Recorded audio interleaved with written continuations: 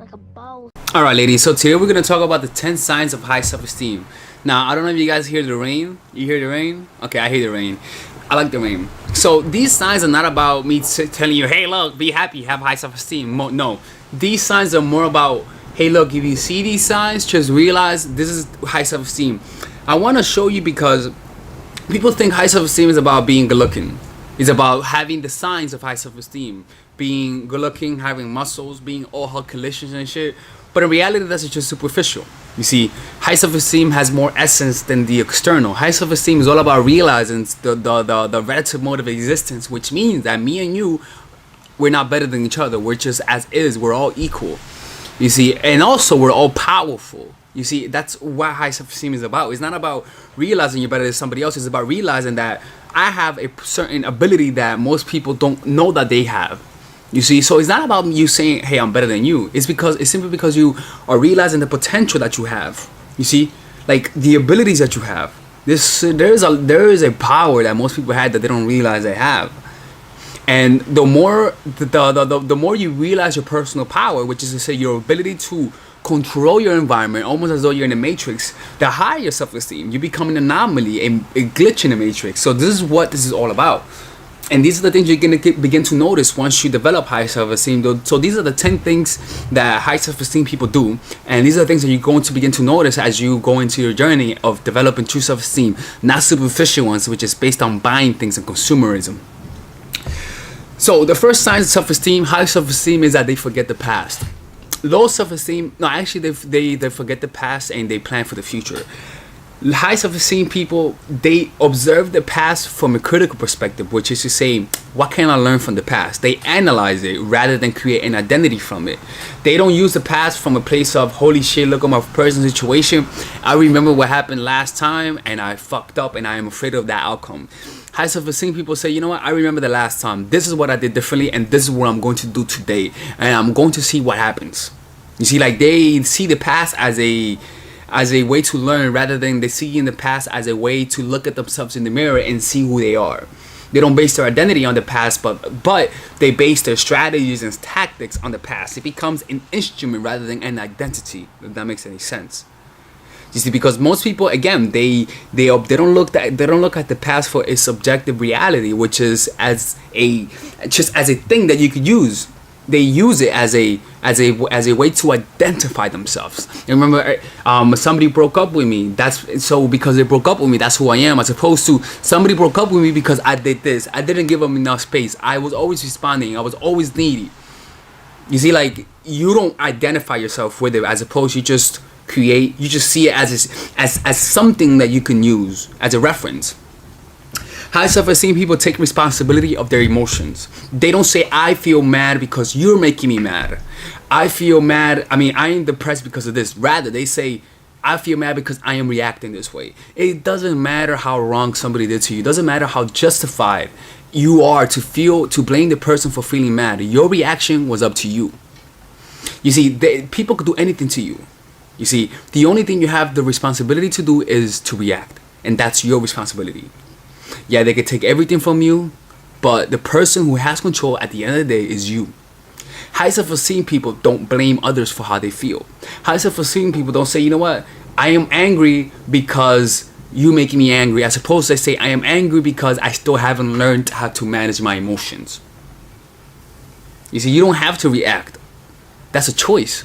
And you can learn how to do that. But the problem is that most people who have low self-esteem don't realize that they actually have that ability. High self-esteem people realize their ability to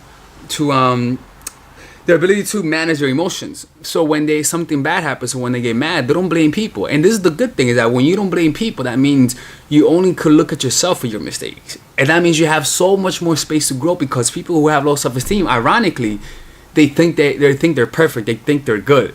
High self-esteem people know that they're not good, know their weaknesses, but they actually address it as opposed to cry or all about it. You know what I'm saying? Number 3, high self-esteem people have clear boundaries and they reinforce it. This relates to relationships. When you don't have low self-esteem people, they have low self-esteem because they depend on people to have low self-esteem.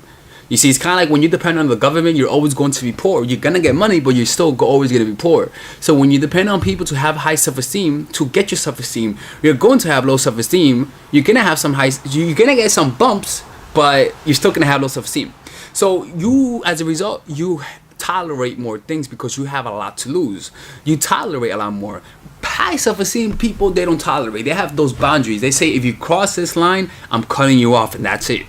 See, they know those boundaries. So, for example, to apply to your life is this: when a girl, okay, so when a girl let me see, what's a boundary that I could use? Let me see. Okay, with my friends, right? I normally tell my friend I will never get in business with you. I would never get. It doesn't matter how successful I am. I will never get in business with friends, because that's how you fuck up your friends. If I get successful, my friends say, "Hey, look, man, we should start a business," I'll say no. And even if they persist, I'll say no. Now the thing is that you may look like a dickhead, but if they see you if they see that you are maintaining those boundaries and you keep saying no, they're gonna respect you for it. You see, and you will only maintain your boundaries if you depend on yourself. If you don't mind that people get mad at you, you have to learn to be okay with people being mad at you. You have to be okay with it, because that leads me to the next point. No, then to the next. No, it's not the next point. There's another point, which is if somebody crosses your boundaries, you also reinforce it. A lot of parents, the mistake that a lot of parents do is this: if you don't do this, I'm gonna do this to you. A lot of parents lose respect with their kids because they keep threatening their kids and they don't reinforce it. People who have high self-esteem, they actually say, I'm gonna do this, and if you don't do it, I'm gonna fucking do this to you. Not from a place of threatening, but saying, look, man, this is what I'm gonna have to do. So it's not personal. And they don't mind that they get people angry, because if you mind that people are angry, that means that you're living for them. You're saying, look, don't be so angry at me. Now, again, it's one thing doing it because it's smart and because you have a job and you need to feed your family. Nothing wrong with that. You know, you could always respect someone who is willing to put up with something to help others. Now, the problem comes when you put up with something because you need their validation. Now, that's different. Now, that's when you begin to compromise your values. That's different. You see, that's different. I could put up with a girl if the sex is amazing. I'm not gonna put up with a girl if I'll put up with a girl if the sex is good. You know, I'll look through a lot of shit, right? But I'm not gonna put up with a girl if I'm putting up with her because I need her attention. Now, that's different. You know what I'm saying? People understand the physical desire to survive and to have sex, but the emotional desire to get their validation is a little bit different and very burdensome. It's one thing to know that a guy just wants to have sex with you. It's one thing to know that a guy needs your validation. That's like creepy, and that's how a lot of friends with benefits end up getting ruined, because they get too emotional. But I'm getting out of the subject.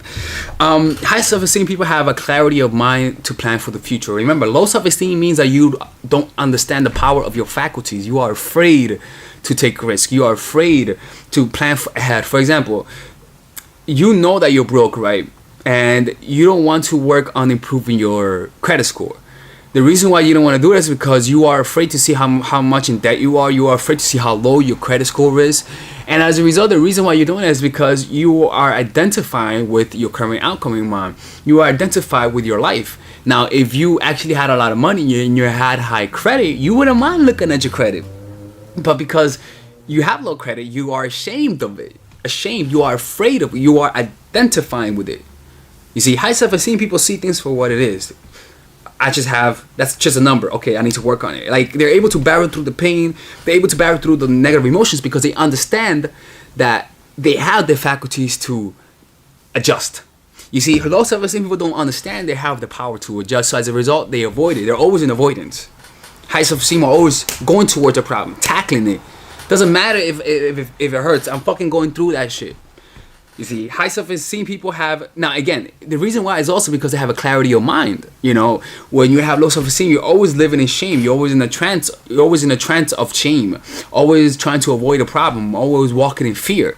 and that kind of veils your vision. It becomes a squinted gaze through those fogs of emotions. So when you see the future, you see it through the eyes of fear, through the eyes of shame, and you don't get a real perception of the future. In fact, you get an overreaction of the future, because fear causes you to see the enemy as stronger than it really is, and it causes you to underestimate your abilities. You lose your faculties when you have fear. All right, ladies. So finally, I have released my second course for women, which is natural chemistry. This course is a 5-week course.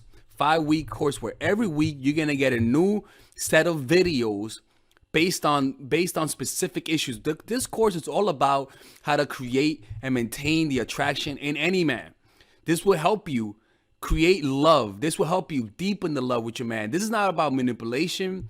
This is not about playing games. This is genuine natural chemistry. No more short-term partners. No more being fooled. Why? Because I will reveal to you not only how to create attraction in the first week, but also how to understand male nature, how to understand their tricks, how to prevent from being too attached, signs that he's the wrong guy, signs that he's a narcissist, signs that he's a mama's boy, signs that he's an emotionally available guy, emotionally unavailable guy. We go over everything. We go over this 3rd week, setting boundaries. We go over the 3rd week, controlling your emotions, right? Setting boundaries, 4th week. 5th week, embracing your masculine and the feminine, right? And on top of that, I have over 10 different bonuses. 10 different bonuses, my Lord have mercy, right? With a money back guarantee. The bonus are 1, the natural chemistry, over 10 hours of content, right? The breakup formula, how to deal with a breakup, right? The connecting with your man, right? Establishing a life of abundance, social mastery, understanding your dark side, the goal setting seminar, which is about how to set and achieve goals, practical mastery that will teach you how to master anything, the laws of human nature. I have a book club for the laws of human nature with over 4 hours of content, right?